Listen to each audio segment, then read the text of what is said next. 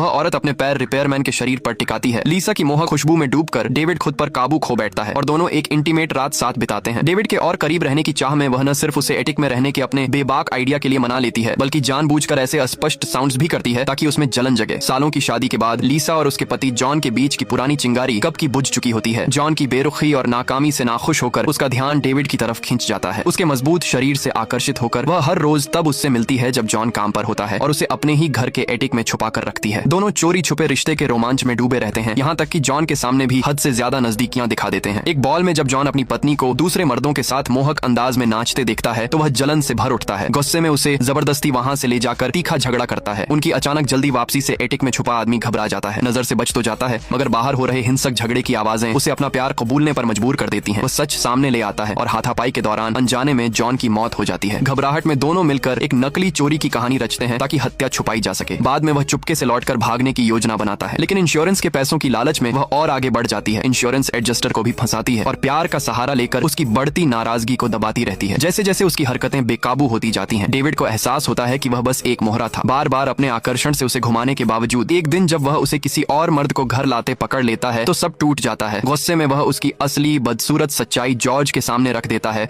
और रिश्ता खत्म करने का फैसला करता है, मगर बेरहम और चालाक वह सारी जिम्मेदारी जॉन की मौत की उसी पर डाल देती है और पुलिस उसे गिरफ्तार कर लेती है।